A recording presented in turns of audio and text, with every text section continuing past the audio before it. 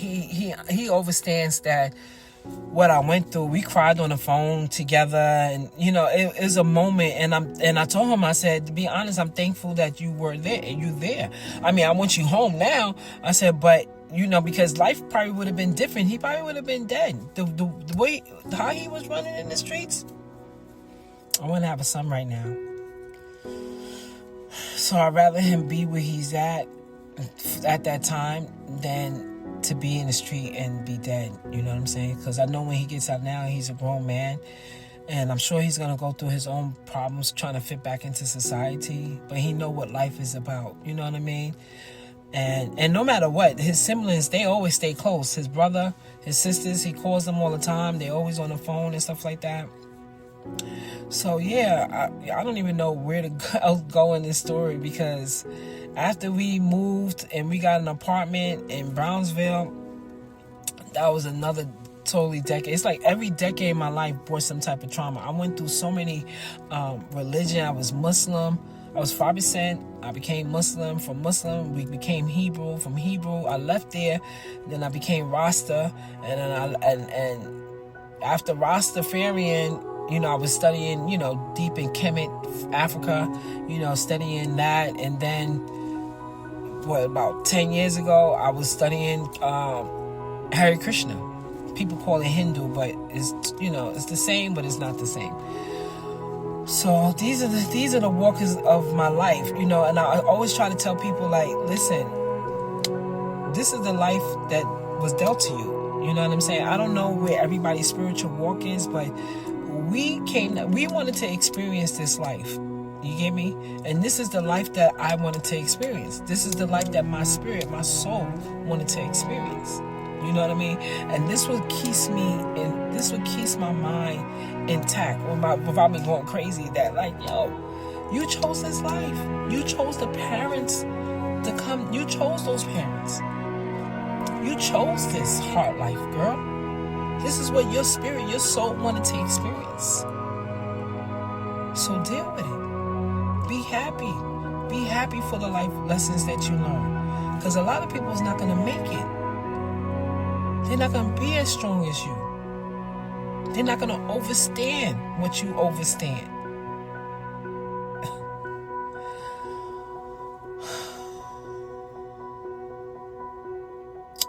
There's a lot of loopholes in my story. But I hope my story really helps someone, you know what I mean, to release their trauma, I never got molested, I did have some, I know that I never got molested, like I was saying, and but I did, when I was younger, when I lived in the projects over in Brooklyn, one of my sisters, my older sister, she passed away, by the way, y'all. She passed away, I think it's about 8 years now. 7 years now. My older sister Tracy, she passed away when she was like 56 years old. She had stomach cancer. She ended up passing away. She had a rough life too. She was molested in the same household where where they took me to my aunt's house when we were young.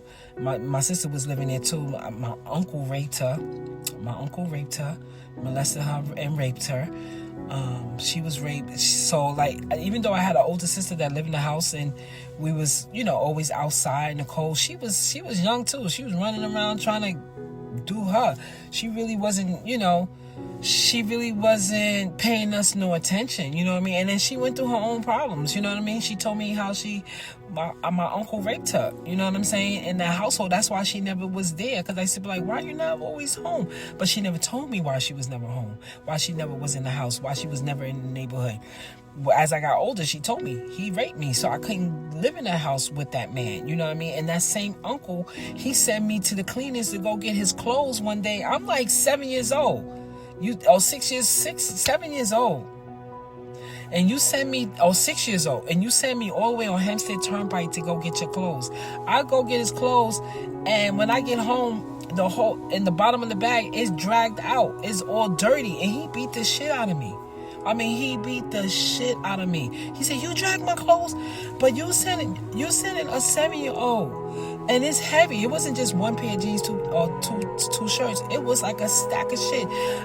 Me and my girlfriend went. We was taking chances, taking turns carrying it. they were dragging. I didn't know. He beat the shit out of me. That same uncle raped my sister. My sister went through a hard time too. You know what I mean? She went through a lot of abuse where she covered up a lot of her pain doing drugs. You know, she was a cokehead. You know what I mean? She was an alcoholic, and all of that took a toll on her life and made her sick. You know what I mean? She became a diabetic. You know, she had her child when she was 17 and living in the shelter, and then had to move into the projects. So she had a rough life too. My older sister had a rough life as well.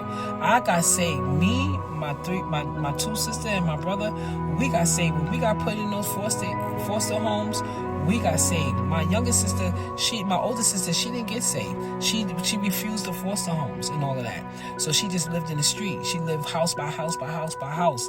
And then she covered up her pain with drugs. You know what I mean?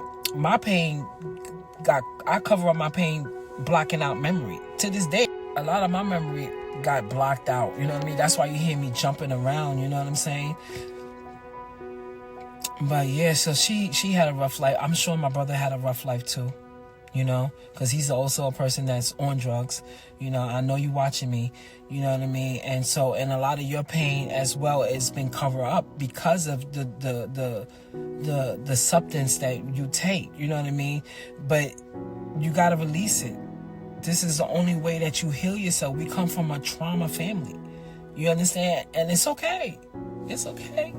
It's okay, because no family out here is perfect. Y'all not perfect.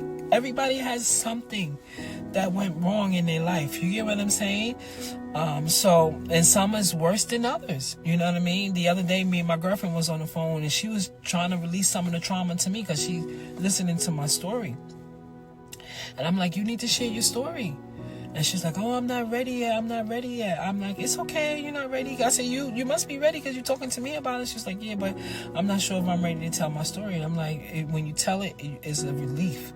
It's a release. I got to release a lot of my trauma because during the time when we were living in that room in Canarsie, and the room where I had to share the bed with my kids that were sleeping in the bed and I was sleeping on the floor, I went through a depression. I went through an anxiety. I couldn't leave my house. I used to come out, open up the door, and the whole fucking world was going around in a circle. And it was days I didn't leave my house. One day my girlfriend called me like, girl, come here. And I would always turn down. She said, no, something's not right. She came and she seen me, and I started breaking down to her, telling her I can't leave my house. I was so depressed because how I was living, like we were living in a room. I used to have to hide my kids to come live there because I didn't move there with them. You hear me? I had to hide. When they came from Florida and I brought them in the room, I had to hide them, you know, from the landlord. The landlord lived downstairs. So I went through a whole depression, and my kids didn't even know. And what kept me going is because of my kids. Because of my kids, yo. I used to have to walk them to school and hold their hand and walk them to school, and then walking back home was hell for me. Hell. I used to be holding on to cars as I'm walking back home, and then the thought of me had to go pick them up was like hell, but I had to do it because those were my babies. So I used to walk and go and try to pick I went through a lot, yo. I went through a lot. I had good people around me. My daughter ended up meeting one of her very good best friend. Hi, Shelby. One of her best friend, and her mom.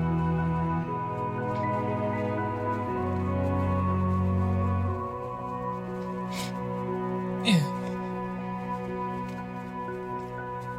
Her mom helped me out a lot too. Stop crying. I'm acting like a crybaby. Her mom helped me out a lot too. Like, there was extra curriculum where I wanted my kids to do, but I couldn't really afford it. And her mom helped me out a lot. She had them in dance school together and stuff like that, and she paid for a lot of this stuff. Yeah. A lot of people around me really helped me out a lot in my life.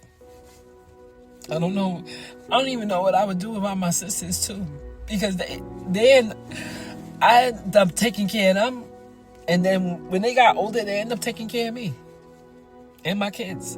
They ended up helping me out a whole lot, y'all.